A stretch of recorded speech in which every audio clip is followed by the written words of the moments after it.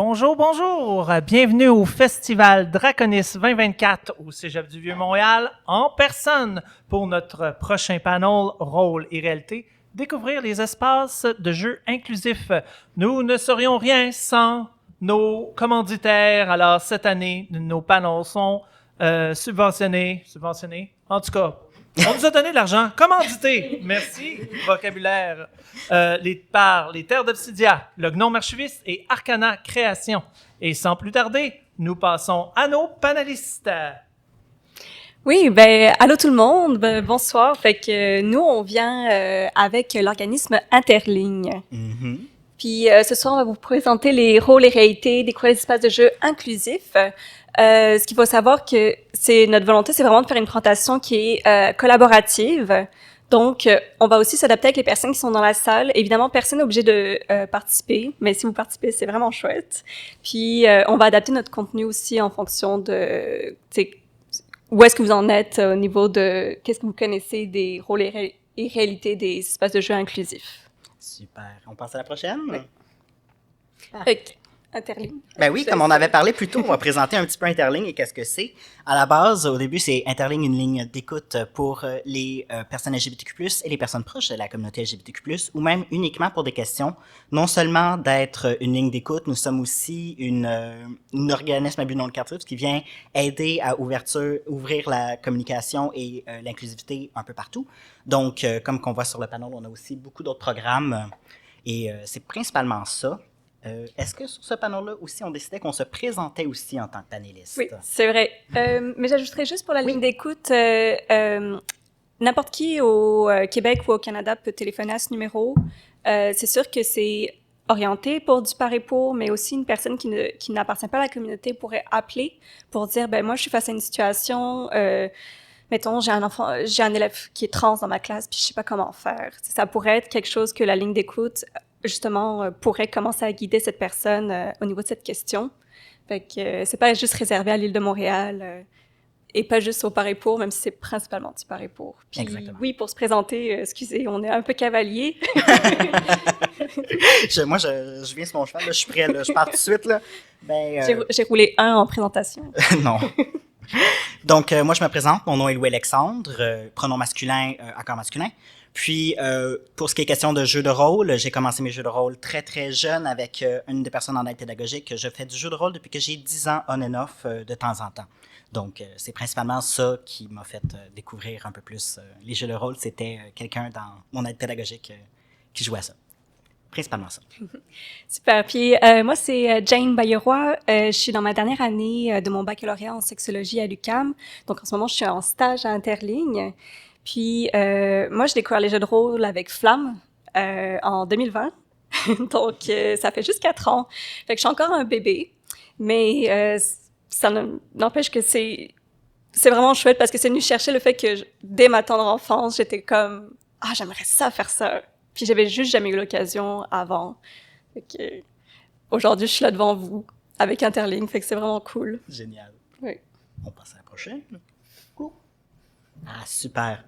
Donc, question ici, qui, comme ça pour le fun, qui sait quelles sont les lettres qui sont devant et qu'est-ce qu'elles signifient? Par curiosité. Oui? Ouais. Lesbienne, gay, bi, trans, queer, intersexe et asexuel. Oui. Pour quelqu'un qui sait pas vraiment, my God, 100% premier coup. Je suis très content d'entendre ça, qu'il n'y a pas eu à avoir les corriger, mais c'est exactement ça. Le A Oui. peut être aromantique aussi. Ah, c'est vrai! Effectivement. Merci, Excuse-moi, Flamme. mon Dieu. Effectivement. Donc, en fait, cette diapo, en toute transparence, elle servait à savoir, genre, qui on avait dans la salle. Est-ce qu'on avait des personnes qui avaient, genre, aucune idée des identités qui existent, qu'elles soient orientation sexuelle et ou de genre. Mais là, on voit qu'on est avec des personnes qui sont déjà un petit peu plus à l'aise. Quand même Fait sûr. et vraiment, moi, je vais vous inviter activement à participer si ça vous tente au fur et à mesure de la présentation. Super. Parfait. Oui. Donc, le but principal de ce panel ici, c'est de peut-être voir un peu plus. Ce que vous voyez ici dans la présentation, ce sont les 4 valeurs. 4, c'est bien ça? Oui. 4 valeurs d'Interligne. Donc, c'est nos valeurs qu'on utilise beaucoup au travail, mais c'est aussi une manière que, en parlant qu'on va parler d'inclusivité dans les jeux de rôle, ce sont aussi des valeurs qui sont très importantes, qui seraient très intéressantes à mettre aussi dans les jeux de rôle. Donc, de cette manière-là, en parlant présentement, on va pouvoir parler de ça puis montrer et les inclure tout au courant avec des petits tips and tricks ou des mises en situation. Oui, puis c'est aussi des valeurs qu'on vous inviterait à quand vous êtes face à des situations où vous savez pas nécessairement comment agir, à peut-être vous référer à ces valeurs et vous demander comment la situation pourrait répondre à ces 4 valeurs. Ça fait que c'est une sorte de guide qu'on propose. Puis elles sont disponibles sur le site d'Interligne, mais on peut vous les donner sur des petits papiers aussi avant que vous repartiez au besoin.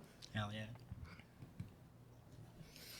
OK. Fait que mettre en place des bonnes pratiques. Fait que nous, on avait vraiment une idée d'aller plus dans l'action et moins dans la présentation de contenu aujourd'hui avec vous. C'est ça, c'est principalement, on va mettre des idées en table de comment aller inclure ça, au lieu de dire voici ce qu'il faut inclure, plus voici les outils qui sont utilisés pour pouvoir aider l'inclusivité dans les jeux de rôle, que ça soit par la préparation, en plein milieu, pendant, après. C'est principalement ça qu'on avait l'idée de faire, parce que l'action est meilleure que juste y penser ou juste avoir la technique, c'est la pratique le plus important. C'était principalement ça qu'on cherchait à faire présentement. Donc, super. La première, c'est une qu'on entend beaucoup, qui est aussi celle qui est pas mal populaire, qu'on entend souvent, c'est la session 0 dans les D&D. Est-ce qu'il y a du monde ici qui savent exactement c'est quoi la session 0? Oui, je pense qu'il y a juste une... Ouais, c'est ça, il y a juste une personne, c'est quand même assez connu. 5 monde, en fait. Ben, c'est ça, je suis quelqu'un de très adamant qui l'a fait. J'ai eu des games auparavant que dans les débuts, avant de commencer la campagne, c'était pas fait et ça créait énormément de problèmes. Donc, la session 0, si on va l'expliquer quand même en facilité, c'est de faire une session avant de commencer la campagne pour pouvoir comprendre et mettre sur la table qu'est-ce que nous, en tant que personne ou en tant qu'histoire, on recherche d'avoir principalement. C'est quoi qu'on préfère, c'est quoi qu'on n'aime pas principalement dans le Donjon Dragon, qu'est-ce que les gens sont habitués de faire, qu'est-ce qu'ils ont comme idée de faire comme personnage, ou même en tant que personne elle-même, qu'est-ce qu'il y a des choses qu'ils aimeraient que les personnes connaissent principalement. C'est comme ça que je pourrais l'expliquer. Oui. Des fois, les personnes font compter quand même la session 0 comme, tu sais, dans leur histoire, que ce qui s'est passé va faire partie de la suite. Mais c'est sûr que, genre, c'est vraiment un bon espace qui est pas infaillible, dans le sens, c'est pas parce qu'il y a une session 0 qu'il y a pas des choses qui sont pas à redéfinir plus tard. Mais c'est un bon espace pour pouvoir s'exprimer, puis justement... en fait, sur tous les aspects, dans le sens, on voulait vraiment mettre l'emphase sur le fait que, oui, c'est pour les personnes qui sont autour de la table, mais c'est aussi pour qu'est-ce qui se passe avec les personnages, mais c'est aussi pour la personne qui facilite la partie. Cette personne-là aussi a le droit d'avoir des limites, puis qu'on les respecte, que ce soit au niveau de qu'est-ce qu'on fait avec nos personnages, qu'est-ce qu'on dit autour de la table. Puis, en fait, si ça vous tente, j'aimerais savoir, est-ce que vous avez des stratégies particulières pour cette session 0, que ce soit en tant que personne autour de la table, en tant que joueur-joueuse ou en tant que DM? Étienne? Pour établir les limites, je fais toujours le système de ligne et de voile. Donc, une ligne, c'est un sujet qu'on ne veut absolument pas que soit abordé dans la partie. Et un voile, c'est un sujet qui peut être abordé, mais qu'on n'ira jamais en profondeur. Donc, dès que le sujet est effleuré, on passe à autre chose et on change de scène. Fade to black. Et c'est toujours quelque chose qui peut être ajouté et durant, peu importe quand durant les parties, mais le début se fait à la section 0. Super. Est-ce qu'il y a des personnes qui utilisent ici d'autres stratégies? Flamme? S'entendre sur des méthodes de communication quand un voile a peut-être trop été profond ou qu'on a transgressé une ligne. Donc, c'est bien beau de les avoir communiqués, mais ça va arriver des fois qu'on va les transgresser. Et à ce moment-là, ben, des fois, ça va être, il faut en parler immédiatement. Des fois, ça va être après la partie, on va en parler, ou encore par courriel, anonyme, devant tout le monde. C'est toutes des choses qui devraient être discutées, ça. Exactement. Oui, tout à fait. Puis ça me fait penser à un exemple concret que, emmené, j'ai dépassé un petit peu personnellement le voile d'une personne parce que j'avais oublié que ça faisait partie de ses voiles. Puis, tu sais, je me suis dit, ah, tiens, ça veut dire que je devrais peut-être avoir la liste un peu plus accessible Parce que oui, il y a eu la session 0, mais là, on est rendu à la partie 40. Donc, loin un peu la session 0. Là. Puis, on a pu en parler, ça a bien été, etc. Mais on n'est pas à l'abri des fois que malgré ces stratégies-là, ben, on dépasse des limites. Puis des fois, ça cause des dommages. Donc, c'est ça. C'est aussi se remémorer que ça existe, puis d'autres outils possibles. Ça ressemble pas mal à ça, la session 0, comme je disais à Dama, parce que dans mes premiers débuts, ce qui arrivait souvent, c'était des games qui disaient « J'ai déjà créé ma campagne, voulez-vous venir? » Puis il y avait des choses qui se passaient au courant de la campagne qui rendaient les gens énormément inconfortables, qui n'avaient pas été parlées, que je vais mettre un voile là-dessus parce que ça ne me tente pas d'en parler en détail, mais au point que ça ruinait la quest en entier, la campagne en entier, et qui faisait que cette session-là ou cette partie-là ne s'est jamais terminée pour des histoires comme ça. Donc, d'avoir à parler de voici ce qui me rend inconfortable, voici ce que je veux pas absolument qu'on parle, ou même juste au niveau du jeu, moi j'aime jouer comme ça. Moi j'aime faire des parties, par exemple, j'ai eu une partie ce matin qui a commencé à 9h puis qui a fini à 3h de l'après-midi. C'est comme ça que je joue. Moi je fais des 9 à 5, j'aime pas ça en plein milieu de la nuit, j'aime ça être ouvert puis d'être bien alerte quand je joue.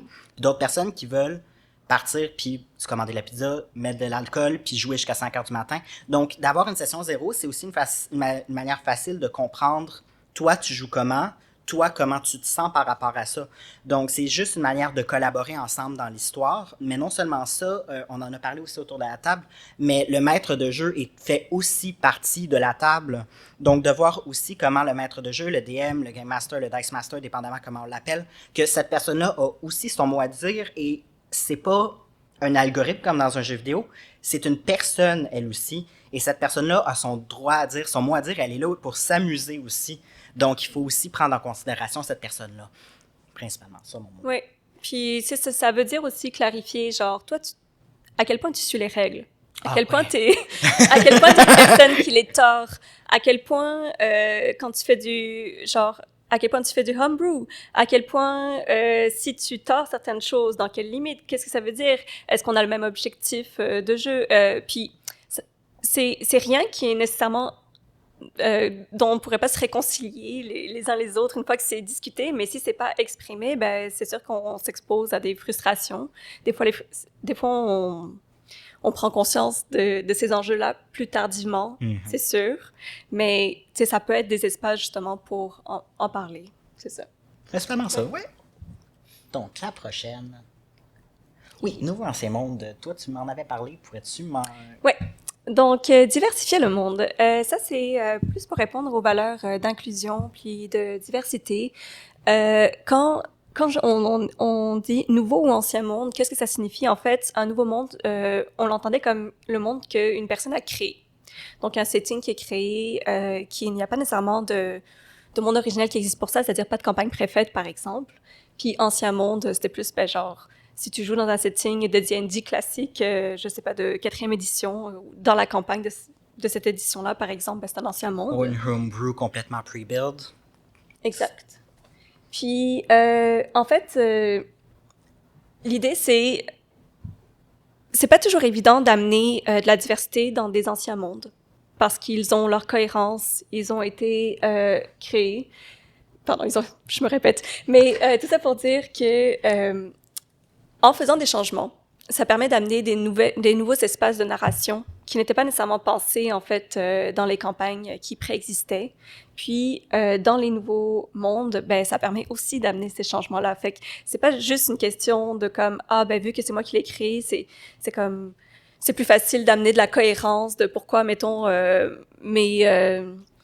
mon personnage qui est dans un groupe d'hommes, qui est comme un méchant dans un groupe d'hommes homophobes, il est gay, ben, par exemple, ça peut être super intéressant aussi comme narrative, en fait, dans un ancien monde, parce que ça permet d'amener beaucoup plus de profondeur au personnage. Oui, exactement. Oui. Ça, là, on en avait parlé, puis je trouvais ça super intéressant d'avoir à créer un personnage, puis que le monde dise « Ah, mais je peux pas parce qu'il est dans une guilde qui est énormément, par exemple, on va dire, raciste, homophobe, qui est très méchante. » Mais de créer un personnage qui est ces choses-là dans ce groupe-là, qui vient créer un personnage un peu plus excusez-moi l'anglicisme, mais rounded, ça vient créer quelque chose d'énormément humain d'avoir à intégrer ça dans un monde déjà créé, que au lieu d'être un monde sur papier, c'est principalement un monde qui t'appartient maintenant.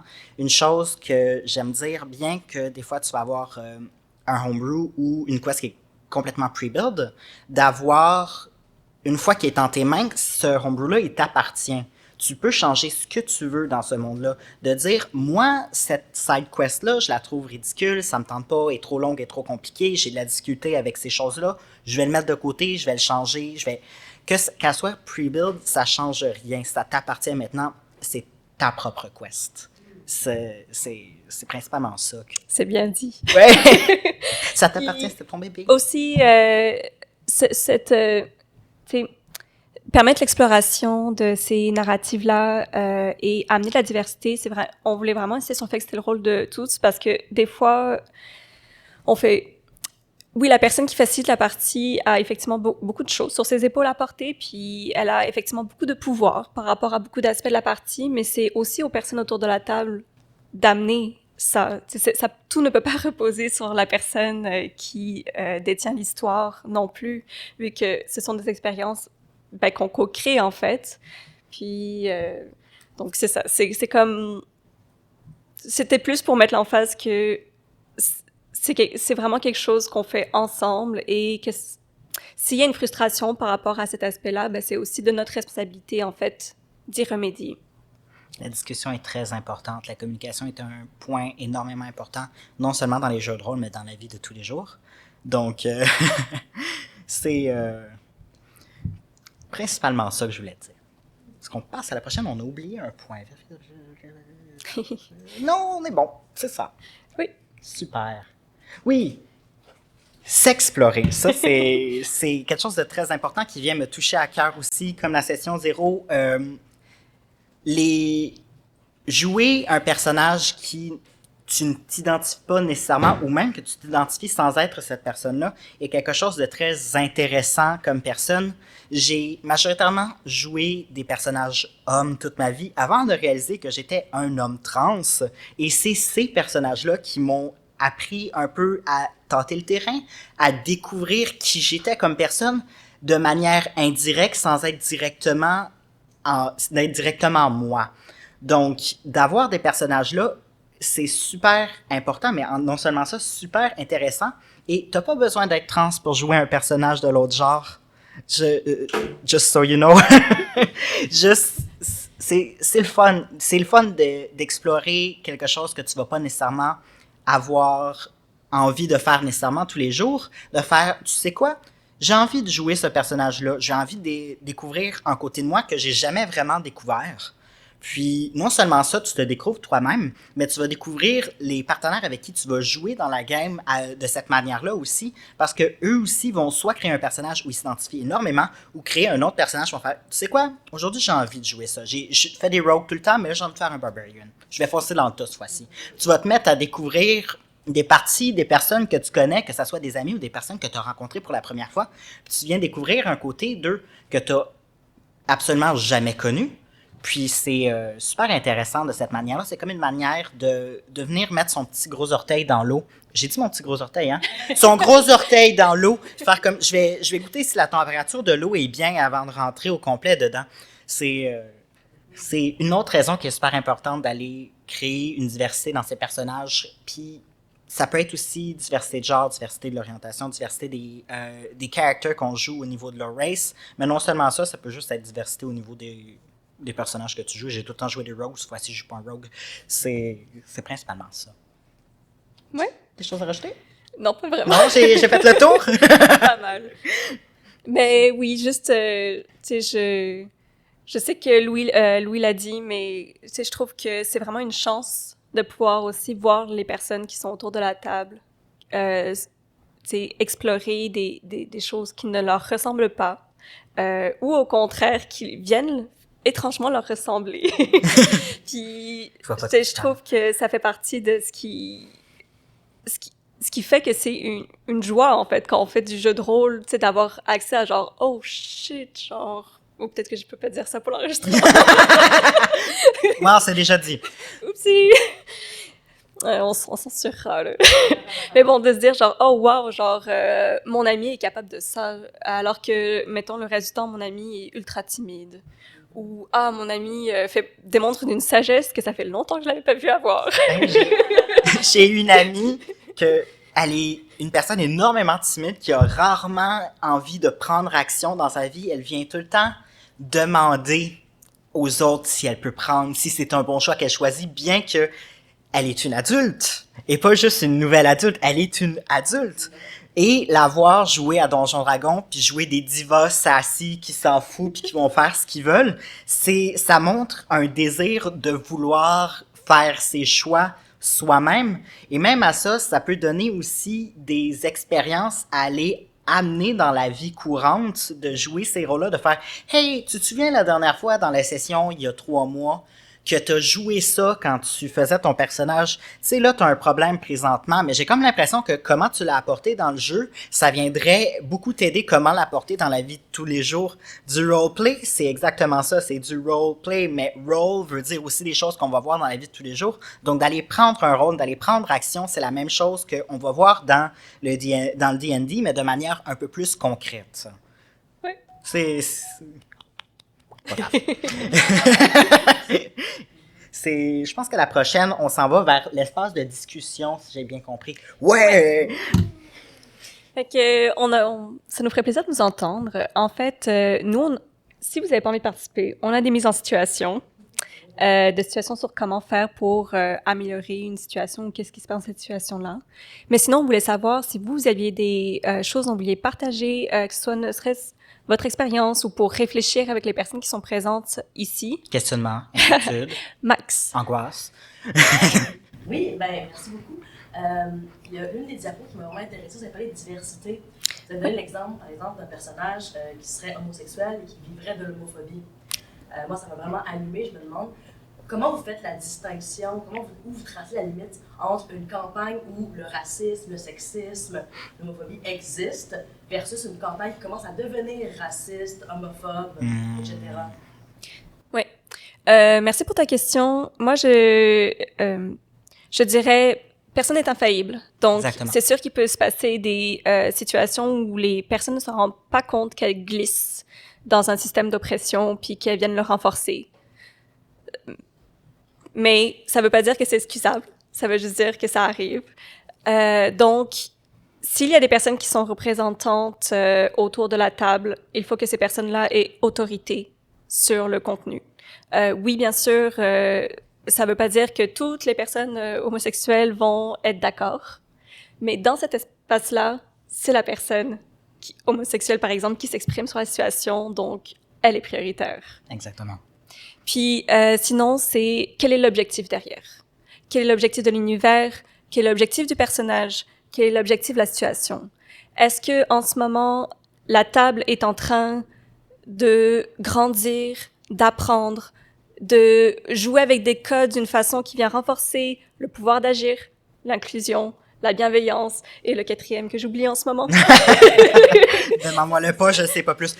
Justice sociale, exact. Une 3e personne qui travaille interligne, ça paraît. Est-ce que ce qui se passe est en train de venir nourrir ça? Ou est-ce que ce qui se passe est en train de venir drainer? Puis, il y a peut-être personne autour de la table qui représente une des populations qui est, de ce scénario-là. Fait que, mais dans ce cas-ci, ça reste de s'interroger, de faire preuve, d'autoréflexion, puis de se dire, c'est quoi mon objectif derrière? Est-ce qu'en ce moment, je suis en train de valoriser ce qui se passe, puis de faire de quoi d'intéressant et de complexe, ou je suis en train de juste venir appuyer puis rentrer, en fait, dans une espèce de plaisir malsain? Pour être gratuit, ouais. Oui. C'est ça. S'il y a principalement, moi, ce que je trouve très intéressant que du monde qui font généralement, c'est j'allais dire un mauvais mot, excusez-moi. C'est de le dire aux personnes, que ça soit en tant que personne, que ça soit en tant que roleplay en plein milieu, ou même après la session, ou même de faire « Hey, Caucus, time out, est-ce que ce qu'on est en train de faire, c'est pas un peu d'avoir des time out, ou même de juste, comme Jane a dit, de se re-questionner sur pourquoi on fait ces choses-là, se re-questionner sur est-ce que je fais quelque chose présentement qui est en train d'appuyer un stéréotype qui est harmful pour la minorité avec qui je suis en train de jouer, ou c'est un outil qui est super intéressant pour aller progresser l'histoire qui vient englober un peu plus une histoire qui va être plus rounded. C'est principalement ça qu'il faut se demander.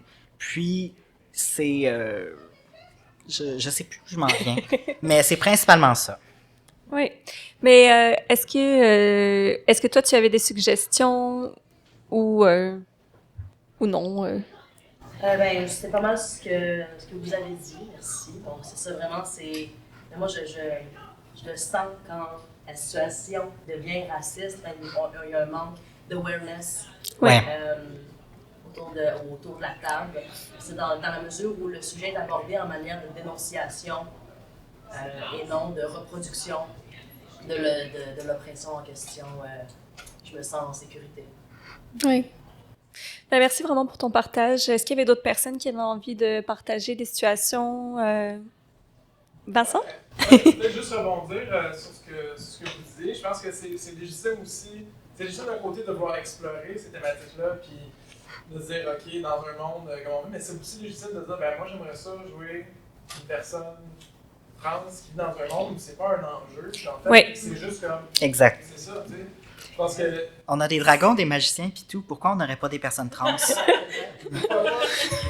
peut être intéressant d'explorer, mais ça va être très intéressant aussi que ce soit pas un sujet finalement, puis c'est juste comme. Ça, c'est des choses super importantes à les mettre sur la table. Genre, hey, j'ai envie de jouer un personnage trans. Est-ce que ça pourrait être pas partie de l'enjeu, s'il vous plaît? C'est juste, ce personnage-là est trans pour être trans. C'est complètement accepté par tout le monde. C'est aussi quelque chose qui est super important à apporter dans la session 0, mais non seulement d'en parler plus tard aussi, de faire « Hey, just a reminder », puis c'est... Oui, puis à ce niveau-là aussi, jouer des stéréotypes, ça peut être bien comme ça peut être mal. Dépendamment comment qu'on les approche. Alors, le public disagree en ce moment. Non, mais effectivement, ça dépend comment on les approche. Tu sais, par exemple, si c'est playful, si c'est fait encore une fois dans un objectif positif, si je suis comme, oui, mais moi, je veux jouer quelqu'un qui est fabulous puis qui est du genre Bayonetta and I'm fucking gay, you know? Ben, c'est pas nécessairement négatif, tu sais. Tant que l'objectif n'est pas de rire d'eux et au contraire d'être comme, wow, cette personne, son personnage est dommage cool, genre on est impressionné par son fabulousness.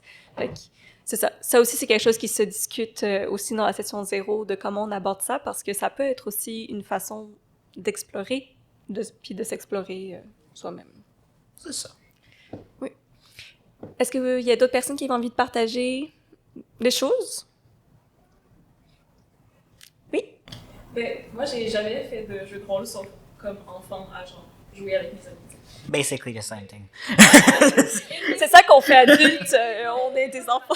Oui, mais pas de cette manière-là, puis je suis vraiment contente, puis je veux vous remercier parce que ça me donne vraiment envie de l'explorer. Ah, nice. Merci. Je suis content d'entendre ça. OK. Ben, si vous voulez, on pourrait vous montrer quelques petites mises en situation qu'on a préparées. Boop. OK. Élire. Capable de les lire. Oui, ça va. Je pense. Donc, j'ai changé le genre d'un NPC, donc personnage non joueur, dans ma campagne préfaite, et maintenant ce personnage n'est plus cohérent avec l'univers. Qu'est-ce que vous en pensez? Oui? Tu peux juste adapter ton univers.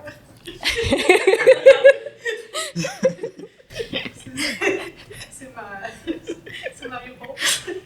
C'est une bonne réponse. Qu'est-ce que tu souhaitais dire? Ben, je me disais qu'est-ce qu'on entend par cohérence, là, dans le sens comme vous avez abordé tantôt. Là, si jamais, par exemple, on a changé de genre et que, bon, justement, un personnage, ça arrive, un NPC devient comme au sein d'un groupe super sexiste, par exemple, ben, comme rien n'empêche de twister l'affaire dans le sens complètement du genre.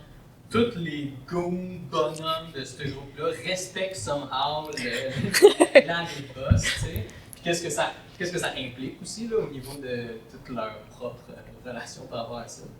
Fait que, tu sais, au niveau de, ça veut dire quoi cohérent, finalement? Yes. Ouais, ça revient un petit peu. Est-ce qu'il y aurait d'autres propositions ou... Ben, super. Ben, c'était pas mal ça qu'on avait envie de vous entendre dire. Pourquoi on l'a mis? C'est parce que des fois, il y a des personnes qui disent que c'est difficile de rendre leur univers plus inclusif parce que ça viendrait, genre, briser l'univers. Donc, la réponse est non. Mais comme on l'a dit tantôt, on a des magiciens puis on a des dragons. Pourquoi on n'aurait pas des personnes trans, s'il vous plaît? ou même des personnes avec des handicaps moteurs, des personnes... Si t'as des magiciens, tu peux avoir autre chose, là. Tout est possible dans ces univers-là. Le fait de dire ça vient briser ton univers, faudrait... Pas que c'est une mauvaise chose, quelqu'un dire ça, mais faudrait peut-être que tu te poses des questions. OK, pourquoi tu dis ça? C'est quoi le bris de l'univers que tu veux dire? D'où ça vient tes questionnements que t'as comme ça? Ça vient d'où? Ça vient-tu, j'ai pas envie de le changer parce que ça me tente pas de changer puis c'est plus de travail? Ou c'est blatant racism? Oh my God. Excusez-moi. Je voulais pas vous fesser les oreilles. Je pense que je vais... OK. Est-ce que tu voudrais lire la deuxième? Oui! Excusez-moi, je TDAH, ça se peut que je sorte ces mots. Donc, au début, je trouvais ça le fun de jouer avec un personnage avec un autre genre que le mien, mais les gens autour de la table permettent de maltraiter mon personnage sous prétexte que c'est drôle. Oh boy. OK. Qu'est-ce que vous pensez de cette mise en situation? Si vous êtes confortable de nous dire si ça vous est déjà arrivé, vous pouvez le faire aussi. Évidemment, vous n'êtes jamais obligé de dévoiler quoi que ce soit. Mais est-ce que ça vous évoque quelque chose en particulier ou si vous avez entendu des situations? Oui. Mais c'est terrible. Oui.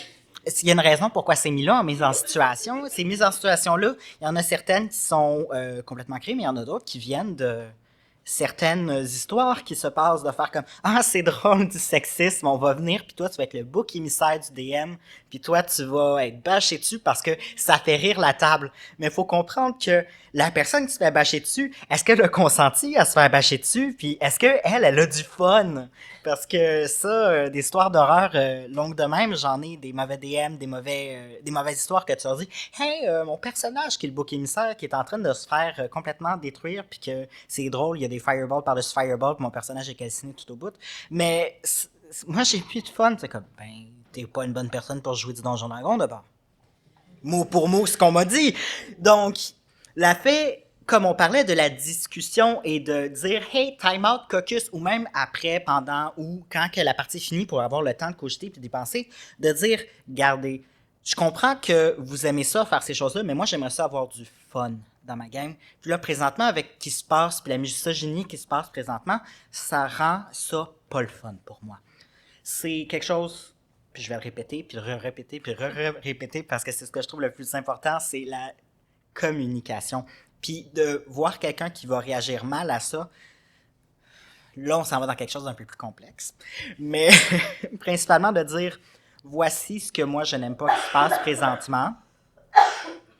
Voici ce que je veux qui arrive présentement. Puis écoutez, une fois de temps en temps, c'est correct. Il y a une manière de l'aborder. Puis toutes les choses se disent, il y a juste une manière de le dire. Donc, des jokes, une fois de temps en temps, mais quand c'est juste ça, ça vient un peu... Ça devient lourd. Oui, effectivement. Puis on veut rire ensemble. On veut pas rire contre. Des fois, c'est drôle pour plusieurs personnes de rire contre une.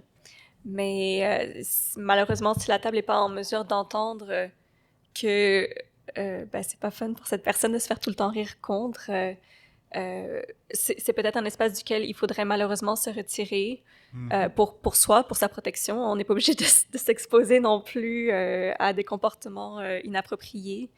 Mais c'est des personnes qui pourraient appeler la ligne d'écoute d'Interligne et ou qui bénéficieraient peut-être justement d'avoir un peu de démystification parce que sûrement que ces personnes-là veulent aussi avoir des relations positives dans leur vie pour justement pouvoir développer ces habiletés-là.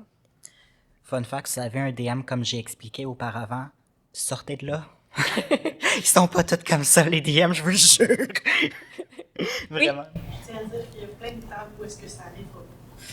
Oui, exactement. Ce que j'ai montré, là, c'est le 0,1% qui arrive. Mais j'en parle parce que c'est arrivé. Et j'en parle parce que c'est une expérience à apporter, de dire, gars, de quoi vous parlez, ça n'arrive pas. Oui, ça l'arrive. Je suis une des preuves vivantes que ça l'arrive beaucoup trop souvent. Donc, si on passe au prochain des deux autres, je te laisse dire le premier, je vais passer au deuxième aussi. Oui. Donc, je dois tout le temps faire de la gymnastique de pronoms et d'accords parce que mon ami a un personnage un genre différent que le sien. J'ai peur de me tromper et je trouve ça fatigant. Qu'est-ce que vous en pensez? J'allais dire, get used to it. We're all practicing. C'est clairement le truc le plus difficile autour de la table, mais je trouve pas ça fatigant. Mais c'est juste que quand on a une personne genre féminin devant soi, puis que son personnage est masculin, c'est le plus difficile, c'est ça, c'est de réussir à dire les bons pronoms pour le personnage. Oui. C'est pas fatigant. Oui. C'est le j'ai peur de me tromper, même. Trompe-toi, puis après corrige-toi, puis c'est tout. Continue. Mm-hmm. Discute avec la personne, justement, que tu as cette peur de te tromper, de qu'est-ce qui arrive si je me trompe. Ou encore, trouver une stratégie, comme par exemple des accessoires qui met le nom et les pronoms, comme quand tu regardes la personne, c'est un rappel, donc tu as moins de chances de te tromper. Bref, discute-en donc. Oui. Puis, apprends à t'excuser. Puis bien Qu'est-ce que ça veut t'excuser. Ça veut dire, oups, pardon, correction avec bon pronom et bon nom de la personne et on passe à autre chose. Pas genre, oups, pardon, je suis vraiment désolée, ah là là, vraiment, j'aurais pas dû me tromper, je suis vraiment désolée, Je suis une vas-tu me personne pardonner? horrible, mon Dieu. Comme, non, ça c'est vraiment beaucoup de travail pour la personne. Ça arrive se tromper. La personne le sait, elle le vit. J'ai vu ta main levée. Oui. Moi, je suis une très, très grande adepte des name tags, notamment parce que j'ai une terrible mémoire des noms. Donc, You and me les both. name tags, c'est super. Puis, ben, c'est pas plus malaisant de se tromper de pronom que de se tromper de nom. C'est vrai. Donc, voilà. Faut pas se sentir mal. Tu sais, c'est comme, tu t'habitues, puis ça va finir par rentrer. Exactement. Je suis un grand adepte aussi. Je joue avec Forge et on a toutes des icônes, des tokens avec nos personnages, leur nom puis leur pronom à côté. Puis c'est super intéressant parce que tu peux pas l'oublier parce que c'est écrit. Mais c'est quelque chose de très intéressant d'avoir ça, mais non seulement si tu inclus ça, ça veut pas dire qu'il va y avoir des erreurs. Puis comme on a expliqué, comme Jamie a expliqué, se tromper, ça l'arrive. Et principalement, cette mise en situation-là a été mise là pour expliquer comment s'excuser. Parce que on n'a pas besoin de... C'est comme quand tu te trompes de nom, la personne va te corriger, tu fais « Oh, excuse-moi, tu dis bon nom, tu m'ouvres. » C'est principalement ça. Oui, oui. Super. Donc la deuxième, j'ai déjà joué un personnage d'un autre genre que le mien, mais on m'a fait savoir que mon jeu était dégradant. C'était juste pour rire, pas pour blesser pourtant. Qu'est-ce qu'on pense de cette phrase-là? Oui. C'était juste pour rire, déjà, on n'est pas censé jouer un personnage d'un autre juste pour rire. C'est logique. Exactement. Effectivement. Très bon point. Si je voulais pas faire du mal est une phrase qu'on va entendre souvent et la majorité du temps, quand quelqu'un dit ben je voulais pas faire du mal. L'intention, c'est une bonne chose, mais ça veut pas dire que c'est pas arrivé. Je voulais pas faire du mal ne veut pas dire que tu as pas fait du mal. Donc, le plus important, c'est d'admettre ses gestes, de faire je suis vraiment désolé, c'était pas mon intention. Qu'est-ce que j'ai fait de mal, puis qu'est-ce que je peux faire pour m'améliorer dans cette situation? D'avoir à l'apprendre un peu, parce que les intentions, c'est les intentions qui comptent, pas tout le temps. Puis, ça peut resserrer les liens de la table, en fait, si la personne montre qu'elle progresse à ce niveau-là, puis que justement les personnes sur la table peuvent ensuite être comme wow, ok, t'as mis en application ce qu'on t'a demandé de faire. Tu sais, on peut être fier de toi, genre t'as voulu justement faire mieux, plutôt que si la personne persiste, on s'entend que les relations vont probablement se dégrader. Donc, même si ça peut être le réflexe défensif parfois de genre « Ah, mais je vais pas blesser », peut arriver vite, ça arrive à tout le monde de vouloir se défendre. Ben, tu sais, dire « Oui, mais si tu fais mieux, ça va être mieux, genre, pour tout le monde sur la table, mais pour toi aussi. Genre, tu vas avoir plus de fun, puis après, genre, on peut avancer ensemble puis avoir un bon espace de jeu. Puis non seulement dans les jeux de rôle, ça vient aussi t'aider dans ta vie courante, d'avoir à apprendre de tes erreurs, voir de réaliser, hey, j'avais des choses que je pensais qui turn out, c'est très sexiste que je pensais. Puis te rendre compte que finalement, en ayant joué ces personnages-là, en ayant appris dans cet univers-là et dans ces histoires-là, te rendre compte que tu deviens non seulement ça, mais une meilleure personne au niveau de la vie courante et de tous les jours. C'est pour ça que j'aime les jeux de rôle. C'est beau, les jeux de Vive rôle. les jeux de rôle! C'est ça la conclusion, en fait. Ouais. Je pense qu'il y en a 2 derniers. Ouais! Alors, en tant que DM, on ne songe pas souvent à mon bien-être car on assume autour de la table que je suis en contrôle de tout. Je ne sais pas comment avoir un espace de jeu agréable pour moi et agréable pour mes joueurs-joueuses alors que celles-ci tiennent des propos homophobes. Je ne leur ai jamais dit que j'étais bi. Oui, elle est un peu plus corsée, celle-là. Qu'est-ce que t'en pensais? Toi, non, c'est pas vrai. Mais c'est vrai, on oublie souvent que DM, c'est beaucoup de travail, puis ça reste une personne autour de la table avec des besoins, des limites, des émotions. Mm-hmm. Donc, c'est une personne qui donne beaucoup de son temps, d'énergie, puis faire attention à nos DM aussi. Oui, on les aime, nos DM. Oui. Ouais, moi, je suis surtout DM, fait que... Mais souvent, j'aime ça rappeler que... Merci. J'aime ça rappeler que... En fait, j'aime pas la distinction joueur-DM, parce que le DM, il joue. Dans le sens, lui aussi, ben, ça dépend des jeux, mais souvent, lui aussi, il lance des dés, puis lui aussi, il incarne des personnages. Fait que j'aime ça rappeler que le DM est un personnage, mais quand même un joueur différent des autres par son rôle. Puis ben, dans la situation-là, c'est peut-être un peu niaiseux de ma part, mais les joueurs ont plus besoin de toi que tu as besoin des joueurs. C'est vrai. Well, I guess qu'il n'y a plus de DM. Have fun! Tu sais, dans Monopoly, tu donnes la banque. C'est vraiment ça. C'est vrai. En tout cas. Oui? Oui. Ah, pardon. Oh. Non. Que ce soit comme maître de jeu ou comme joueur, admettons qu'on est dans l'accord ou c'est pas un groupe avec lequel on a communiqué certaines et ils font des commentaires comme ça. Probablement, tu sais, il y a d'autres méthodes pour dire comme hey, j'ai beaucoup d'amis qui sont gays et bi, je trouve pas ça le fun comme commentaire. Et comme maître de jeu, vous avez plus de pouvoir. Exact. Donc, utilisez-le pour le bien. Ouais. C'est comme, hey, I'm a check out. Mais c'est un bon point d'avoir dit ça. Ça veut pas nécessairement dire que tu veux call out ça, que tu as besoin de faire ton coming out. Ou qu'il y a quelqu'un qui le sait, tu n'as pas à faire le coming out pour l'autre personne. Cette personne-là le fera quand elle voudra et le fera si ils veulent. Mais non seulement ça, d'avoir à discuter, de faire « Hey! » Puis si ça marche pas, même chose, t'es un DM, t'es la personne la plus importante sur la table, en toute honnêteté. Tu peux juste faire « Écoute, la quest, elle existe plus, game over. Trouvez-vous un autre DM. Good luck! » C'est ça, parce qu'en toute honnêteté, il n'y en a pas assez des DM, mais en même temps, on oublie que les DM, c'est aussi un joueur, comme tu as mentionné. Et aussi, ils ont à avoir du fun dans la game. Mon DM, présentement, c'est la première fois qu'elle est DM.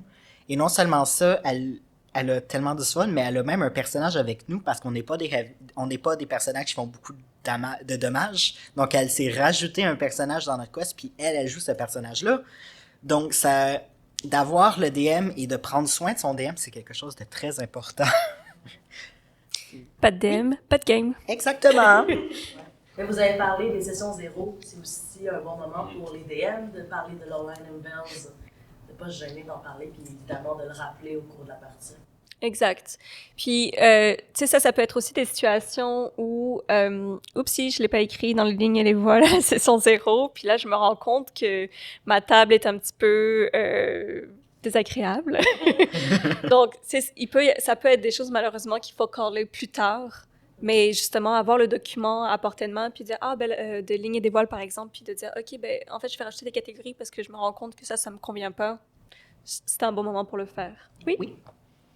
Profitez, des fois, on a des pauses, des hiatus entre nos games. De toute façon, il faut faire rappels pour l'histoire. Pourquoi ne pas en profiter pour faire des rappels, lines and bells, est-ce qu'il y en a de nouveaux qui ont apparu, ou juste un arc narratif qui change, en profiter pour faire cette petite pause-là, une session 0 de mi-campagne.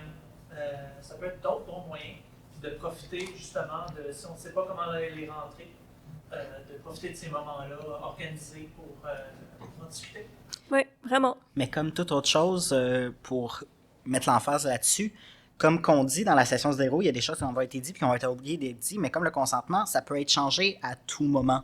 Donc de dire « Hey, finalement, j'avais dit que j'étais correct avec ce thème-là, mais là, je me rends compte que ça me rend vraiment inconfortable. Est-ce qu'on peut ne pas en parler ou fade to black? » Puis, ou d'aller l'apporter d'une autre manière.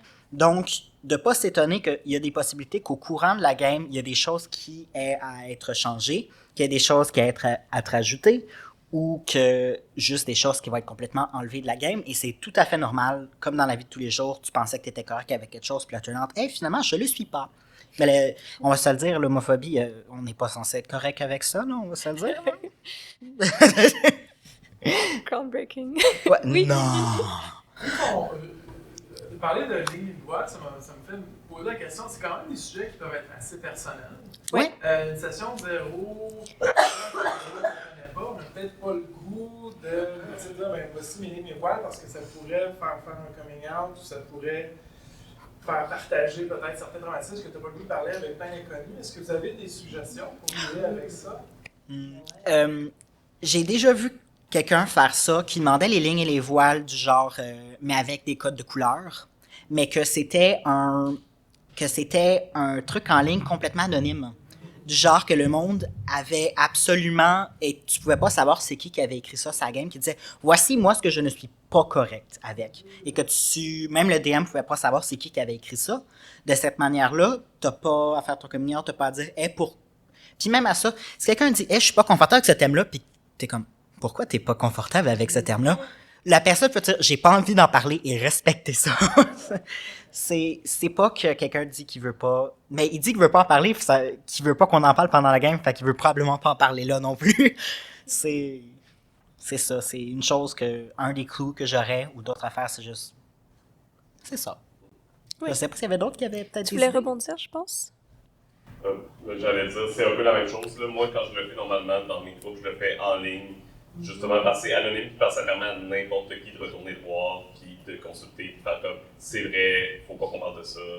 Donc, ça permet un rappel. Puis il y avait un autre système que mon ami et nous, on a présentement dans ma quest, qu'on n'a pas parlé avant, mais qui peut parler aussi au moment de l'inconfortabilité, c'est vraiment comme stop, je veux partir à l'aide, ça me rend énormément inconfortable.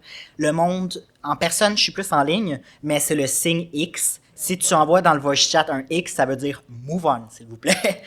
Et c'est un autre truc qui est super intéressant, le X et le O, de faire soit que c'est en privé parce que tu veux pas que les autres comprennent que c'est toi qui le dises, ou si tu es quelqu'un de très confortable avec les personnes avec qui tu es sur la salle, de le mettre dans le chat. Moi, je suis sur Forge, donc il y a un chat dans Forge, mais tu peux être sur Discord, tu peux être même en Messenger sur ton téléphone.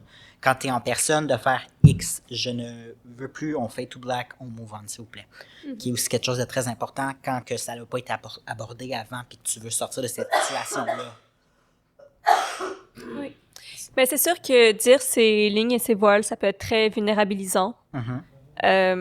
Parce que des fois, ça t'oblige à dévoiler des choses que les gens ne savent pas au quotidien sur toi. Puis c'est pas pour rien que c'est des lignes et des voiles, là.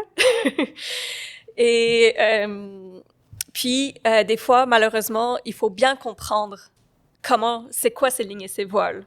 Parce que des fois, dire, par exemple, que certains thèmes sont des lignes, c'est une chose, mais comprendre à partir de quel moment ces thèmes-là deviennent des voiles, c'en est une autre. Puis ça, c'est pareil, ça t'oblige peut-être à te rendre à nouveau vulnérable, à nouveau à te dévoiler sur tes inconforts, puis dans quel contexte ça fonctionne pas pour toi. Fait qu'effectivement, les formulaires anonymes peuvent vraiment aider pour ça. Sinon, ça pourrait être des systèmes de genre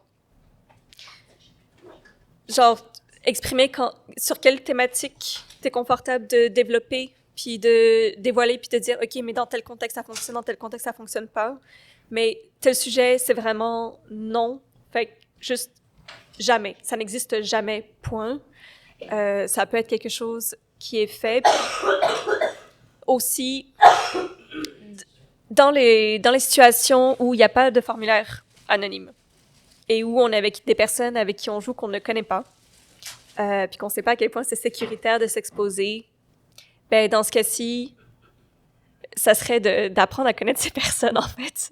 C'est parce qu'on ne peut pas toujours le savoir avant de jouer avec LE, mais justement, est-ce que au lieu de faire une première session directement dans le vif du sujet, il peut y avoir un long moment de socialisation avant où tout le monde chill ensemble, puis là, on voit la vibe de qu'est-ce qui se passe, puis après, éventuellement, on commence. Puis là, on se dit, OK, puis à la prochaine partie, là, par contre, on parlera des limites de tout le monde, mais tu sais, on s'entend pour que la première séance soit, genre, très safe au niveau du scénario, très, genre, édulcoré, en fait, tu sais, le plus possible, peu importe l'univers, juste pour être comme... Ça nous donne un aperçu. Et puis après, peut-être donner un espace pour avoir ce lieu d'expression, pour pouvoir dire nos limites. Oui. Est-ce que vous auriez d'autres suggestions? Nope. Nope. Je pense que la dernière... Oui. Moi, mon objectif de jeu, c'est de piler les donjons, donc les dungeon crawlers. J'aimerais bien qu'il y ait plus de diversité autour de la table, mais en même temps, ça ne les intéresse pas. Ça, si je me souviens bien, est un peu difficile à aborder comme ça. Ce qu'on veut dire, dans certaines personnes, le stéréotype des dungeon crawlers, c'est vraiment dude bro, vraiment. Oh yeah, man, on va piller des donjons, puis on va voir. Ce qui est très drôle parce que. La transpiration. C'est ça, c'est ce que je suis en train de faire présentement, puis je suis le seul gars à la table. Mais c'est plus une manière, hey, comment aborder, d'amener de la diversité sur la table? Ça peut être difficile. Je ne sais pas si vous avez peut-être des idées, des questionnements, des inquiétudes, des angoisses. Sinon, moi, de mon côté, ce que j'aimerais faire, c'est pas que tu es avec ce groupe de personnes-là qui vont pas avoir de l'ouverture. La première chose, c'est d'avoir la discussion puis d'amener sur la table d'amener sur la table, hey, moi j'aimerais ça qu'on aborde des sujets peut-être un peu plus diversifiés que juste ouvrir des coffres puis aller dans un dungeon maze, puis c'est pas mal ça. Puis ça vient jouer avec l'entour du décor des donjons, avec les monstres genre super méchants qui sont comme t'es quoi toi, t'es pas un gobelin, je t'aime pas. De faire comme oh non, en fait on est des personnes très ouvertes d'esprit, tu vois. Ça vient aussi ouvrir le stéréotype là-dedans qui est super intéressant. Mais s'il y a pas d'ouverture par rapport à ces personnes-là, c'est pas des games qui manquent. Donc conseil, allez ailleurs. Ça, c'est dernier recours, par contre.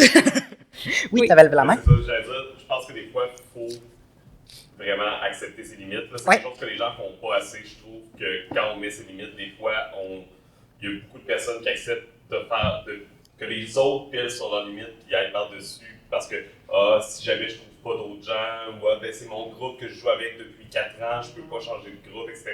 C'est pas vrai, il y a plein de gens. Exact. C'est toujours qu'il y a des groupes qui vont être beaucoup plus bienveillants envers ces personnes-là que d'autres. Oui. Oui. Il y a aussi moyen avec des groupes qui sont moins habitués, moins intéressés. S'il y a quelque chose de trop flagrant, ils vont réagir. Mais d'y aller subtilement, là. Exactement. Juste un petit peu. Juste cette petite affaire-là, cette petite couleur-là, des fois. C'est bien en masse. C'est de genre faire hey guys, j'ai une one-shot que j'aimerais essayer, ça vous tente-tu?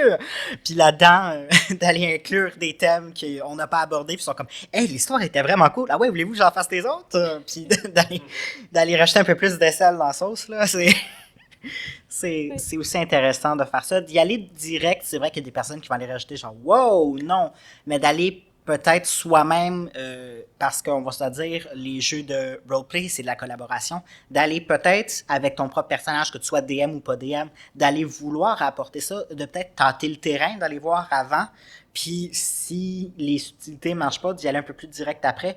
Mais comme on a dit, il y a d'autres personnes qui sont énormément plus open là-dedans, puis dans les sessions zéro, puis dans les attentes, c'est là que ça vient de faire « Hey, moi, c'est comme ça que j'aime jouer. Hey, moi, j'aime ces thèmes-là. Est-ce qu'on pourrait les aborder là-dedans? » Moi, c'est comme « Super! Ah, moi, j'aime pas ça du tout. » Par exemple, moi, je suis quelqu'un, comme j'ai dit, qui joue des très très longues games, qui fait du 9 à 5, c'est pas tout le monde qui est comme ça nécessairement. J'ai connu du monde qui a eu des games de 3 heures, c'était trop. Mais c'est pas tout le monde qui joue pareil. Donc, d'aller se dire, voici ce que moi je veux faire en jouant. Dire, moi, c'est ce que j'aime. Par exemple, moi, je suis pas un grand fan de faire du roleplay 100%. Et donc, ils sont comme, moi, je veux absolument que tu roleplay ce que ton personnage dit, parce que sinon, je veux que tu rolles une dice parce que ça ne marche pas. Puis d'autres personnes sont embarrassées de roleplay. D'aller jouer dans le juste milieu, puis de faire comme, si tu roleplay pas, il faut que tu me roules un dé pour me dire si tu as réussi ou pas. Puis c'est moi qui va dire c'est quoi ton personnage a dit. D'aller, c'est ça, faut aller avec le juste milieu, mais comme on a dit au dernier recours, se trouver un autre game, c'est pas difficile non plus. On a perdu notre PowerPoint. C'est pas grave, c'était la dernière de toute façon. Mais juste une petite chose que j'ajouterais, c'est et pourquoi pas regarder des médias qui le font déjà très bien. Dimension 20. Critical Dimension Role. 20. Critical Role aussi, mais Dungeon Meshi, hein, Delicious in Dungeon, hein, ils le font vraiment bien. Je recommande. Puis ça peut être une façon, en fait, de venir se nourrir, puis de venir comme ouvrir ses perspectives, parce que des fois, ben, on fait pas les choses juste parce qu'on manque d'idées, on manque d'inspiration, on manque de repères. C'est pas nécessairement qu'on veut mal faire. Fait qu'aller voir des sources qui viennent nous nourrir, ça peut vraiment aider. Voilà. Tu avais une main? Ah non, c'est juste, j'avais pensé, justement, c'est juste le Dungeon Crawl, c'est souvent l'exemple un peu blend, classique qu'on a, mais dans le sens, j'ai l'impression, un bon donjon, c'est jamais juste porte monstre trésor, là, dans le sens, il y a des dynamiques entre les gens qui habitent dans le donjon, fait que c'est pas si difficile que ça de faire un donjon plus intéressant que juste porte monstre trésor. Exact. Oui. Fait que c'est ça. Ben, ça fait pas mal. Ça mettait à peu près la. Oui, c'est ça. Oui, la dernière panneau, la dernière slide, c'était littéralement juste le numéro de téléphone d'Interling avec merci beaucoup d'être ici. Exact. Donc, voilà, on va le mettre comme ça. Voilà, Interling. Puis, si jamais vous avez d'autres questions, d'autres remarques, on est encore disponible en tant que tel. On a fait pile 1 heure. Fait que. Wow. Fait que tout va bien. Merci beaucoup d'être là, tout le monde. On n'aurait pas pu faire ça sans vous. Puis, merci beaucoup de nous avoir entendus et d'avoir donné votre opinion aussi. Celle-là, elle est très importante aussi. Oui. Merci. Merci beaucoup à nos panélistes d'avoir présenté Rôle et réalité, découvrir les espaces de jeu inclusifs. Et donc, on va finir le panel, mais avant tout, on va saluer nos commanditaires, les Terres d'Obsidia, le Gnome Archiviste et Arcana Création. Alors, merci beaucoup et à la prochaine! Bye bye!